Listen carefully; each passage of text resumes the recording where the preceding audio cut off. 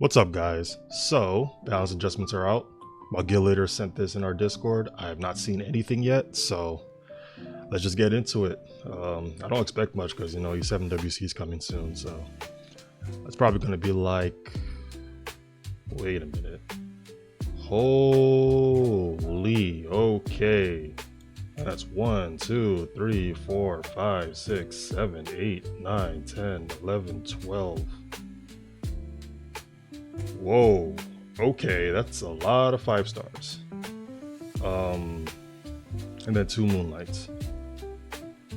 Okay. Moonlights too. Whoa, Spec says Sage Ball, Conquer Lilius. Oh no. Commander Pavel, Twisted Kayla. Oh, Kayron. Okay, top model Luluka, Festivita, Flan, Summer Break Charlotte. That's cool. Yui, Lilibet. Oh look, Lilibet. Sharoon. Okay, Challenger Dominion and Inferno Kawazu. It seems like a... There's a lot of cleave characters in this.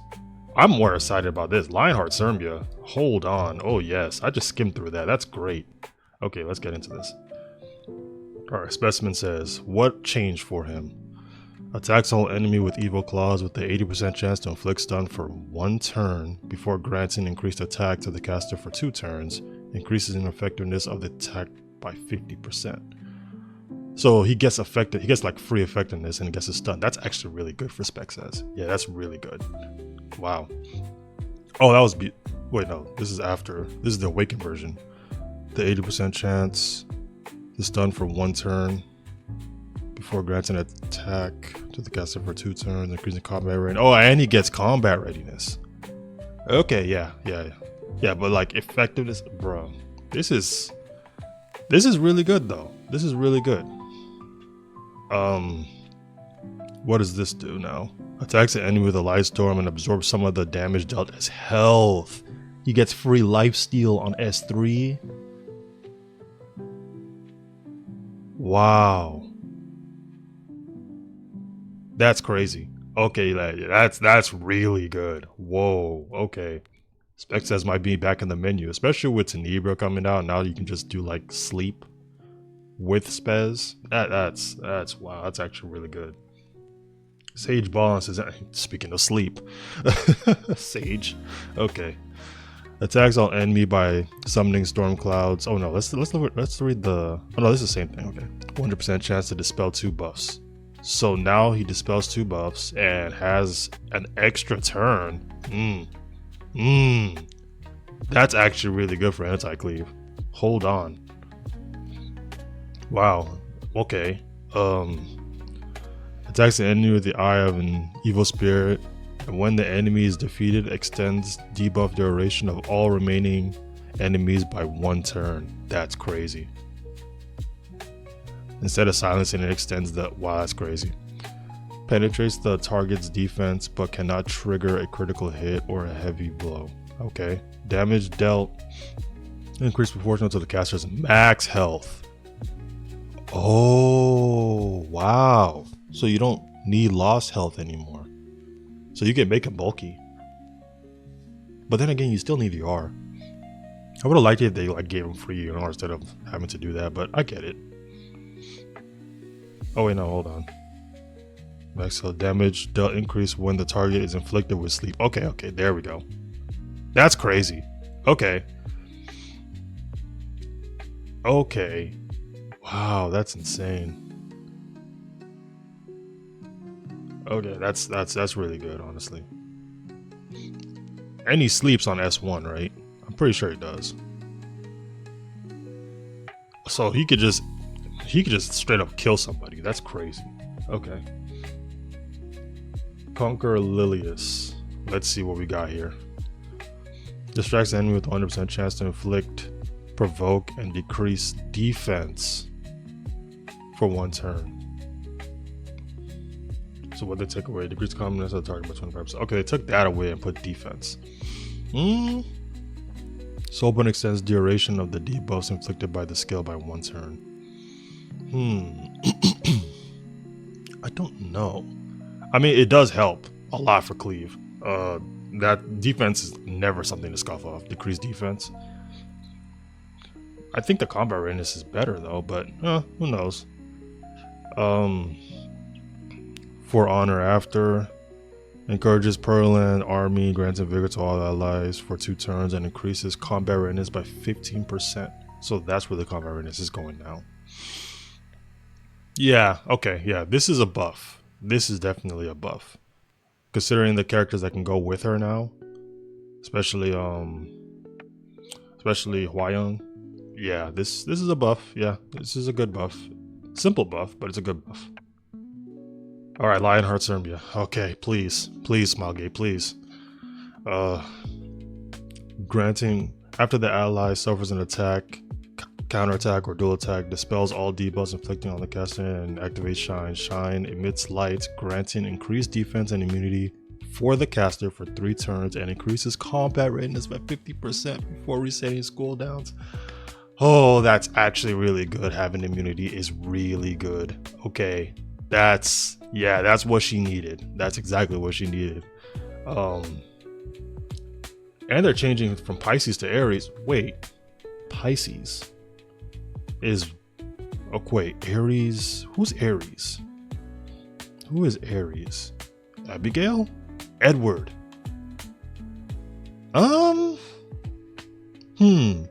That's more speed. Yeah, that's more speed. A bit more health. No ER anymore. But isn't the defense worse? She has like 680 something with Pisces, and that's like 630 something with Aries, right? I might be wrong. No, I don't think I'm wrong on that. Because it's tough to put defense on those characters. Yeah, that's weird. That's less defense though, but she needs defense. But like every other stat is better, except for the ER, of course. But the defense is worse. Her defense is already annoying to build. But then again, the rest of her stats are now like easier to build. Like you don't need as much speed anymore. You don't need to worry about speed anymore like that. You don't really have to worry about health as much. It's like a give and take. I don't know about this, but I mean, technically she's better, but worse. It's like they took 2 steps forward, 1 step back, and I don't like it when they do that with these buffs. It's like the base stat, she needs defense. She absolutely needs defense to do damage. So why are you taking away her main source of damage? We're trying to make everything better to... It's weird. I think they're trying to just make her more of a cleave character, which is like, okay, I guess. If you're not worrying about the rest of the stats, you just want full defense. But it's like, man, do you guys really need to make her defense worse? It's already hard to build her defense. Anyways, it's objectively, it's still a better buff. Like, it's still a good buff. So, that's fine. She loses her effect resistance, by the way. So, it's cool. I mean, she has more. It has more of a chance to like resist stuff now. So that's better, honestly. Oh, I'm still not too sure about her though. We'll see. Commander Pavel. Okay, so he used to increase combat readiness of the caster by 50%. Now he does 100%. So, and damage dealt increase. Oh wow, damage doesn't increase. He actually does a lot of damage already, but okay. He's basically slightly worse Teiyu. Okay. Okay, yeah. This is a buff. This is objectively a buff. Twisted Eidolon Kairon. Okay. What does he do now? Attacks the enemy with a sword, inflicts up to 10% injury. He's an injury character now. I mean, that's still good for an S1. That's still good. I don't know if he needed it, but sure. So he just does injury with that one. Wandering Eidolon. Dispels all buffs from the caster before increasing combat readiness by 100%. So now, when his fighting spirit is full, he doesn't, and he has debuffs, he can just dispel it. Okay, that's good. That's good. Yeah, that's objectively good. Sword of Requiem. After awakened. Okay. Attacks all enemies by unleashing the power of the demonic sword before consuming all fighting spirits. Inflict 5,000 additional damage regardless of whether the attack hits. So it doesn't matter if you can evade, he still hits. That's pretty good. and additional damage increased proportion to the amount of consumed fighting spirit up to 15k. Yeah.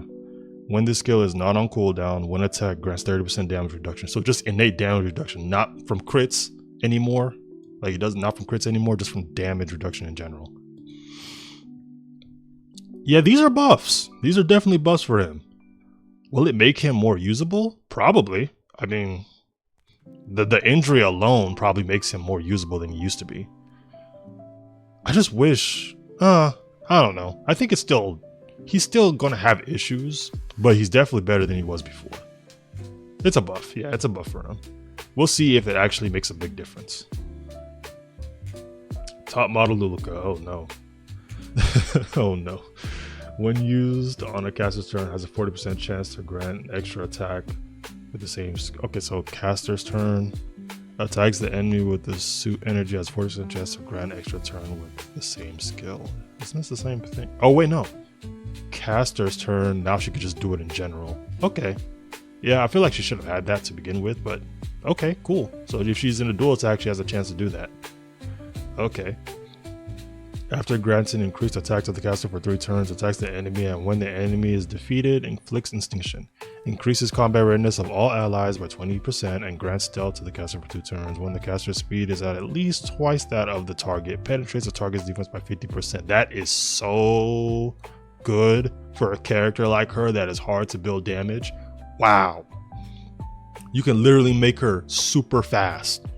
As long as Ilanov isn't in play, which she probably will be, let's be real. She probably will be if you're cleaving. She gets 50% defense pen. And you're already putting her on pen. So yeah, that's like 75% defense. That's really good. That's really good. Would this make her a staple to be used for cleave? Probably. I don't know if she's going to like do as much because Ilanov still exists. So the defense pen means nothing when she's there. But hey, we'll see. That is definitely a buff though. Yeah, so far they've been buffing characters. Like it's really a buff for majority of these characters so far. And these are the Moonlights. Festive Ida, oh no. I have a friend who uses this character. It's an underrated character to be fair, but it's like, she's already nasty. What else are you gonna do with this? With a 75% chance to decrease hit chance for 1 turn. Okay. Attacks the enemy with bubble with a 40% chance to inflict stun. She gets stunned. Oh, on S. Oh no. Oh no. Oh, that's nasty. Oh, that's nasty. Okay. Wow, she's gonna be a menace. Just get stunned. At least her extra turn is gone. I wonder what they're gonna change with that. Okay, what does this do? After attacking, when granted shyness, activates expected outcome. Expected outcome attacks all enemies, decreasing combat readiness by 50% and inflicting additional damage proportional to the caster's max health. Oh, wait, that's different, right? Dispelling 2 buffs and decreasing combat readiness by 50% before 85% chance to inflict decreased defense for 2 turns. Okay, so it still decreases combat readiness, and now she gets to have like additional fixed damage proportional to her max health. So now she does damage. Oh no. Okay. Attack. What does this do? Attacks all enemies by collecting bubbles, dispelling 2 buffs before 85% chance to inflict decreased defense for 2 turns. So this is where the defense went. Okay. So she could just do it off rip and strip at the same time. Okay. So gains 3 souls and ignores effect resistance. Oh, get the hell out of here. Why? Oh no, that's so nasty. What? Oh wait, there's more. Dispelling 2 buffs, 85% chance to inflict decreased defense for 2 turns, and 100% chance to inflict silence. Oh my goodness, she's a menace. She's gonna be a menace. She does defense and silence. Oh wow, she went from a sleeper character to a cleave essential. That's insane. Okay. Wow, but why ignore effect resist? Why did you have to do this? They're just making that stat even more of a fake stat. That's so crazy. Okay. Flan, regular Flan, okay. We're gonna go through these like pretty fast though. There's a lot to cover in here. Attacks the enemy with a gun with a set 5% chance to dispel one buff. Attacks the enemy with a gun and has a set 5% chance to inflict decreased defense for 1 turn. So no dispel, now she gets defense break. I'd argue that's, I guess that's better, but it's like, that's when dispel, I think it helps a little bit if she survives. I don't know. I mean, then again, when you play her, you're with a person who already dispels. So, yeah, this is good. Okay, what does this do? Drives a hard bargain, increasing skill cooldown of all enemies by 1 turn, and also increases skill cooldown by 1 turn. And this cooldowns are now 4 turns instead of 5 turns, and doesn't do inflict heal. She doesn't strip, so it's not as bad, but increased skill cooldown is still a strong thing to do for a skill 3. Okay, yeah, this is a buff. How practical will it be for her? I have no idea. But wait, doesn't increasing skill cooldowns of all enemies by 1 turn also mean Celine's passive won't work? Or am I wrong on that? It should reduce her skill cooldown, so Celine's passive won't work against her. That's interesting. Okay, well, who knows? She'll probably be used more now. Okay, what does exclusive Critman do now? Increases buff dispel chance of communication breakdown by 25%. Okay. Increases communication breakdown, decreased defense. Okay, so now she can have a 85% chance to decrease defense. Okay, cool. Summer Break Charlotte. 60% chance to decrease defense for 1 turn, and increase combat awareness of the caster by 25%. So now she has a 75% chance to inflict decreased defense. Okay, more percentages, and increases combat awareness of all allies by 20%. Oh, all allies now. Okay, so she's more of a cleave character. Cool. So the damage dealt is increased. Yeah, she's just straight up a cleave character now. Okay. Yeah. I mean, more of a cleave character now. That's objectively a buff. Okay, cool. That's objectively a buff. There's not much to be said about that. She's just a bit better cleave character. Lilibet. This is green Lilibet. my guild leader really likes Lilibet, so he's gonna be happy about this. Strikes and slices the enemy with a 50% chance to make them unhealable. Unable to be buffed for 2 turns. Attacks the enemy with a slash from above and increases combat awareness of the caster by 20%. And the damage dealt is increased. Okay, so now she gets more combat awareness instead of doing unable to be buffed. I guess that's better, because the likelihood of her putting on buffable is very low. So yeah, that's more practical.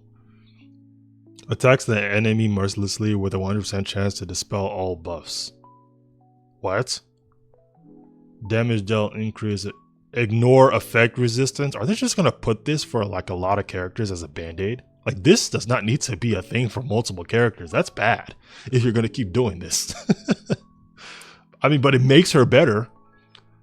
100% chance to dispel all buffs. She could just straight up target somebody and dispel their buffs. Wow. Okay. It's a lot better than whatever she had before. Yeah, bleeding. Yeah, it's a lot better. A lot better. Definitely a lot better.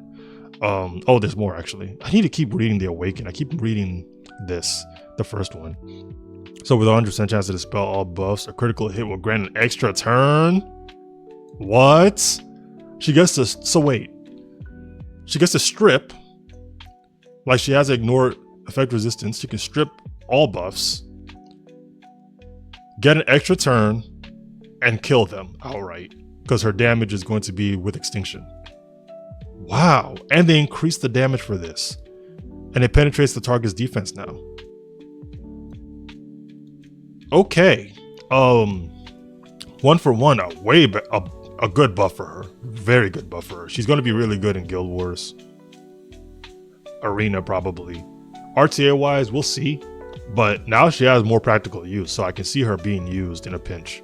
So Wow, that's a good buff for her. That's a good buff for her. So far, they've been hitting a majority of these buffs. I won't lie. Like they're like some of them are just straight up buffs, but for the most part, they're good.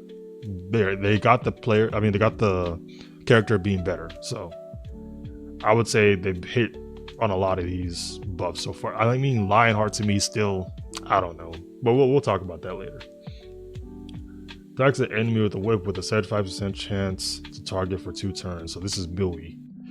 Now she has a 100% chance to inflict target for 1 turn. That's, oh wow, that's good. Oh wait, that's actually really good. Hold on. She has more uses in PvE now with this. Like 100% chance to inflict target. You know how annoying it is to not get a target? That's actually good. Yeah, that's good for her. Yeah, we like that. Okay. Attacks all enemies by calling upon trained monsters. Now it has damage dealt. Okay, cool. So after grand finale, after awakened. Attacks to all enemies for 3 turns, yeah. And increases combat readiness of the caster by 30% per crit. 25% per crit. So it's just a 5% difference. See, this is a buff I don't really know about. It's like having her on crit already limits her build when it comes to how fast she could be, or how, like, and then like 5% combat readiness per critical hit is okay, but like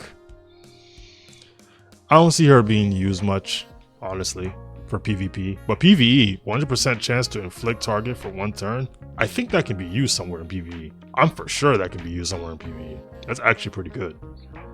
So yeah, I mean, this is the first buff I don't think they've hit completely, but that S1 is still pretty good though, I won't lie. Alright, Sharoon. The regular Sharoon. Okay. With a 100% chance to inflict venom for 1 turn. Okay, so now she has venom. Basically, she'll always have venom. Ignore effect resist. Why? Oh my goodness, why is so many people having ignore effect resist? And it's 10 souls. Like, it's not like it's 20 souls, it's 10 souls. So she just gets to do that consistently. That's crazy. Okay. At the end of an enemy's turn, has a 5%. Oh no, wait. Okay. Has a 5% chance for each buff granted to an enemy to increase combat readiness of the caster by 25% instead of 20%. Okay. And at the end of the turn, grants barrier portions of max HP to the ally with the highest attack, except for the caster for 2 turns, and increases combat readiness by 25%. So she increases her own combat readiness and an ally's combat readiness. Yeah, and an ally's combat readiness with the highest attack. Okay, cool. Okay, that's interesting. Now, what is this? Attacks all enemies, decreases buff duration by 2 turns before inflicting decreased speed and 2 venom effects instead of just 1 venom effect. Okay. She's better. Will she be used more? Doubtful. But she's better. That ignore effect resistance though. Like, did she need this? Did she really need this, guys? I don't know. The fact that just putting that as a band-aid for most of these characters, I don't know about that one, but okay. Challenger Dominio. So supercharge. So grants an increased critical hit chance to all allies for 3 turns and increasing combat range by 20%. Now it's 25%. I mean, it's a buff, but did we really need this? Like that small difference does that make a big difference for her? That small change?